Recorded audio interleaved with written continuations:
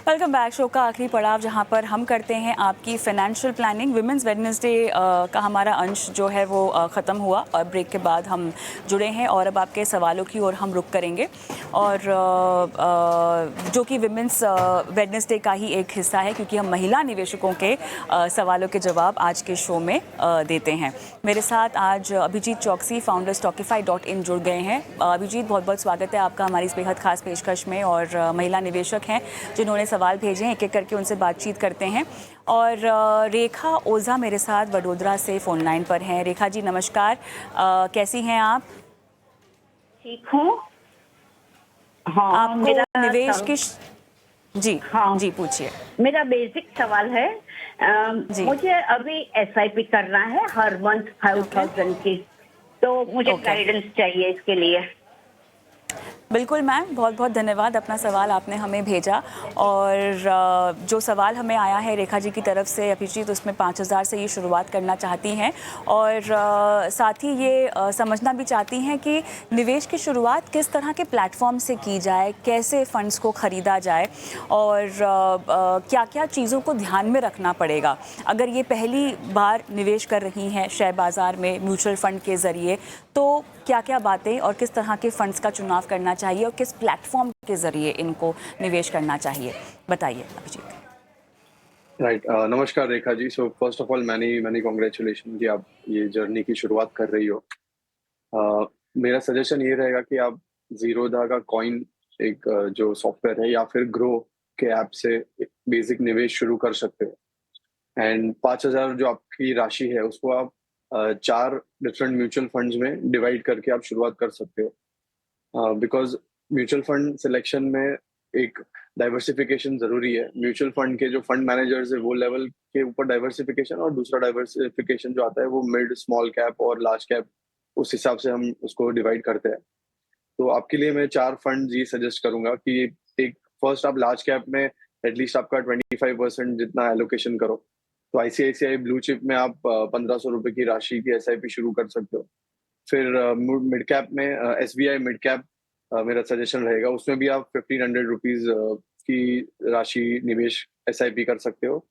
और दूसरा जो 1,500 और 500 जो बचते हैं उसमें आप 1,500 का एक पराग पार एक फ्लेक्सी कैप फंड में आप कर सकते हो, और बाकी का जो 500 है वो एक स्मॉल कैप जो थोड़ा की हाई रिस्क माना जाता है उसमें आप कर सकते हो। तो ऐसे आप इन 4 म्यूचुअल फंड में शुरुआत कर सकते हो और धीरे धीरे आप उसमें निवेश बढ़ा सकते हो।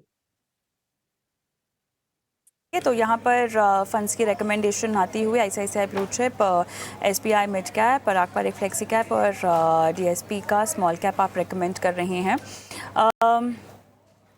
कौन से प्लेटफॉर्म से आप कह रहे हैं इनको लेने के लिए अभिजीत? ग्रो ऐप, जैसे मैंने बताया, ग्रो ऐप एक अच्छा है, और या फिर जीरोधा का कॉइन भी है। तो दोनों में से कोई भी एक बहुत ही यूजर फ्रेंडली है।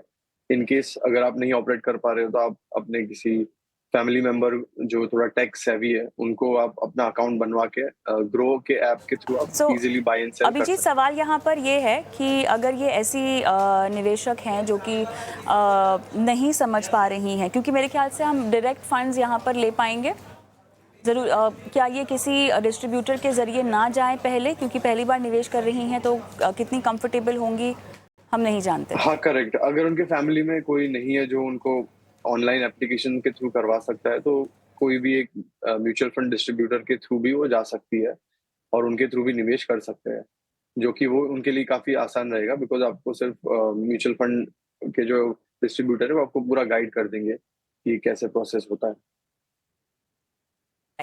चलिए, all the best Rekha ji. और ममता कुमार हमारी अगली दर्शक भी हमारे साथ फोन लाइन पर जुड़ गई हैं। नमस्कार ममता जी, कैसी हैं आप? नमस्कार मैम। जी, कहाँ से बोल रही हैं? जी मैम, मैं चेन्नई से बोल रही हूँ। Okay, alright. सो ममता, हाँ बोलिए। जी मैम, मैंने अपना क्वेश्चन पूछा था ईटी स्वदेश में व्हाट्सएप के थ्रू। तो मुझे ये जानना था कि मैंने ये सब खुद आपके न्यूज़ चैनल और इधर से मतलब स्टडी करके अपना खुद से म्यूचुअल फंड बनाया था। तो मुझे बस रिव्यू इस पे चाहिए था, और मेरा नेक्स्ट 15 इयर्स का जो भी वो व्यू है उसके ऊपर चाहिए था कि सही है या नहीं। बिल्कुल आपको बताएंगे। और फंड्स मेरे ख्याल से आपके पास बहुत सारे हैं, तो मैं उसका नाम नहीं लूँगी, वो स्क्रीन पे फ्लैश हो रहे हैं। 8 फंड्स हैं आपके, और 15 साल में 6 करोड़ रुपए आपको इकट्ठा करना है, और फिलहाल 35,000 की आप SIP कर रही हैं। चलिए ठीक है, अभिजीत बताइए, 6 करोड़ के लिए 35,000 की इन्वेस्टमेंट अमाउंट काफ़ी होगी SIP के ज़रिए, या इनको बढ़ाना चाहिए? राइट, तो इसमें 2 चीज़ें, अगर जो टारगेट है हमारा 6 करोड़ है, जो और उसको 15 साल में अचीव करना है, तो हम 12.5 से 13% का एक एस्टिमेटेड रिटर्न भी हम अज्यूम कर रहे हैं, और उन्होंने 10 to 15% स्टेप अप सजेस्ट करी है। मेरे हिसाब से अगर ये एटलीस्ट 10 की जगह पे 20% स्टेप अप कर रहे हैं और 35,000 अमाउंट को फिक्स्ड रख रहे हैं, तो उनका टारगेट अचीवेबल है। But on a safer side मैं उनको सजेस्ट करूंगा कि आप इंस्टेड ऑफ 10 to 15% टारगेट करिए कि एटलीस्ट 20 to 25% से आप स्टेप अप करते रहिए। और आपका जो फंड एलोकेशन है वो वेल बैलेंस्ड है। हालांकि मैं एज अ क्लाइंट्स को यही सजेस्ट करूंगा कि उनको एटलीस्ट 4 या 5 मैक्सिमम फंड्स में रखना चाहिए एलोकेशन।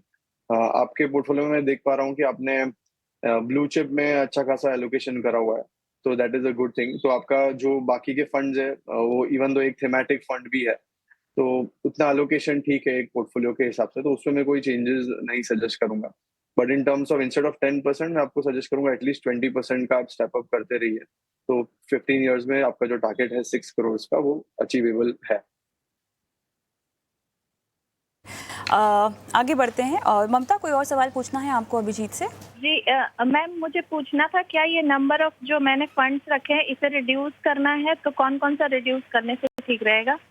जैसे वो सर बता रहे हैं कि मैक्सिमम 5 to 6 रखना चाहिए।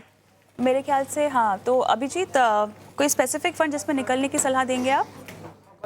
हाँ, तो मैं आपको है ना मैं मर्ज करने की सलाह दूंगा। जैसे आपका क्वांट और टाटा दोनों स्मॉल कैप फंड आपने अलग अलग लिए, तो आप वो दोनों को मर्ज करके या तो कोई भी एक में शिफ्ट हो सकते हो, या तो फिर DSP स्मॉल कैप से तो आप उसमें पूरा एक शिफ्ट कर सकते हो। तो ऐसे आप मर्ज करके आपका फंड्स जो 8 है उससे एटलीस्ट या 4 या 5 तक आप ला सकते हैं। ऑलराइट, चलिए धन्यवाद ममता, आगे बढ़ते हैं। शीतल का सवाल मैं लूंगी। क्या शीतल मेरे साथ फोन लाइन पर हैं? हाँ जी, नमस्कार। नमस्कार, कहाँ से बोल रही हैं आप? महाराष्ट्र। ऑलराइट, 5 लाख रुपए लमसम निवेश करना है आपको 10 साल के लिए, राइट? आपको बैलेंस एडवांटेज फंड के आपने चुना हुआ है, जिसके ऊपर आपको सलाह चाहिए। यस। चलिए, समय कम है मेरे पास, तो अभिजीत क्या सलाह होगी? राइट, सो मैं उनको शीतल जी को ये सलाह दूंगा कि आप पूरा लमसम एक ही फंड में निवेश ना करें, उसको एटलीस्ट 3 या 4 डिफरेंट फंड्स में डाइवर्सिफाई करें, ताकि हमारा एक डाइवर्सिफिकेशन फंड मैनेजर लेवल के ऊपर भी हो। तो उनके 5 लाख को मैं सजेस्ट करूंगा कि आप 1.5 लाख ICICI ब्लू चिप में निवेश कर सकते हैं, 1.5 लाख SBI मिड कैप, और पराग पारिक फ्लेक्सी कैप, और DSP स्मॉल कैप में बाकी की अमाउंट आप कर सकते हो इक्वली, ताकि आपका एक बैलेंस्ड SIP इसमें लमसम इन्वेस्टमेंट रहे आपका। Thank you. शीतल, कुछ और पूछना चाहते हो? नहीं, थैंक यू। चलिए आगे बढ़ते हैं, और मालती क्या मेरे साथ फोन लाइन पर है? मालती हीरानंदानी।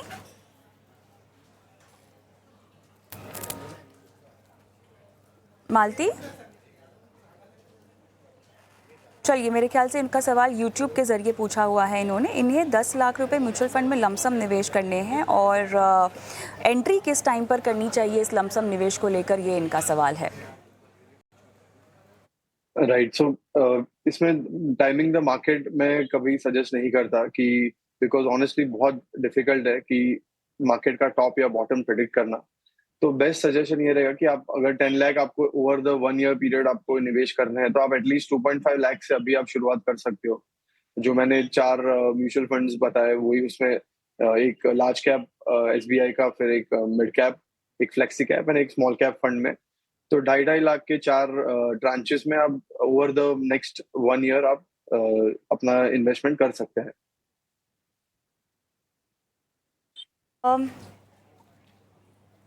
ओके, तो यहाँ पर आपने 2.5 लाख रुपए SBI मिड कैप, पराग पारिक के flexi cap, HDFC blue chip और DSP स्मॉल कैप में डालने को कहा है। लेकिन क्या ये एक साथ डाल दें और डालने के पीछे तरीका क्या होगा? इन्हें क्या किसी लिक्विड फंड में डालना पड़ेगा, और अगर ऐसा है तब तो फिर इन्हें 4 AMCs में लिक्विड फंड खोलना पड़ेगा? कैसे ये एक बार मैंडेट दे सकती हैं क्या? ज़रा समझाइएगा प्रोसीजर क्या होगा अभिजीत, बिकॉज यहाँ पर दर्शक जो हैं वो फंस जाते हैं। हाँ, इसमें मैं ऐसे सजेस्ट कर रहा था कि 2.5 लाख का, जैसे उनको टोटल 10 लाख का टोटल निवेश करना है, राइट? तो उसमें से अभी लेट्स से मंथ ऑफ सितंबर में वो 2.5 लाख से शुरुआत कर सकते हैं, और उसमें वो 2.5 लाख को इक्वली ये 4 फंड्स में डिवाइड करके वो कर सकते हैं। और अभी तो एप्लीकेशन में आपका वो फीचर भी आ गया है कि जिसमें आप ऑटो डेबिट भी कर सकते हो। तो जब आप उसमें सेट भी कर सकते हो कि एवरी मंथ आपको इस तारीख पे डिडक्शन हो जाना चाहिए। तो वो हिसाब से आप फीचर्स भी अभी आ गए, तो आप उसके थ्रू बाइफरकेट भी कर सकते हैं इन्वेस्टमेंट्स। चलिए आगे बढ़ते हैं और पूनम सिंह हमारे साथ फोन लाइन पर हमारी दर्शक हैं। नमस्कार। नमस्कार मैम। चलिए, रिटायरमेंट के लिए आपने अपना सवाल भेजा है और आप जो है अपनी इन्वेस्टमेंट्स कर रही हैं। आपने 7 साल और आप इन्वेस्ट कर सकती हैं। फंड्स के नाम हमारे पास पहुंच गए हैं। पूनम, क्या आपको और कोई इसमें ऐड करना है? मैम एक्चुअली मेरा एक क्वेश्चन ये था, मेरा हस्बैंड का और मेरा जो पोर्टफोलियो है वो मैं बिल्कुल करवाना चाहती हूँ। और हाँ। मैम इसके बाद ये था कि बच्चों की एजुकेशन और मतलब रिटायरमेंट के लिए प्लान करें। 7 से 10 साल भी हो सकता है, मतलब 7 to 10 ईयर्स मान के चलिए। एब्सोल्युटली। चलिए, समय कम है अभिजीत, क्या सलाह देंगे इन्हें? राइट, जो इनकी जो फंड सिलेक्शन है वो तो बहुत लंबी है, तो मैं उनको सलाह दूंगा कि आप दोनों, आपका और आपके हस्बैंड का, दोनों का पोर्टफोलियो पूरा कंसोलिडेट कर दे। और आपने एक चीज मेंशन करी थी कि आपको रिस्क अवर्स स्ट्रेटेजी चाहिए, तो मैं सजेस्ट करूंगा कि एटलीस्ट 50 to 60% एक्सपोजर जो है आपका, वो आप लार्ज कैप्स की तरफ रखिए।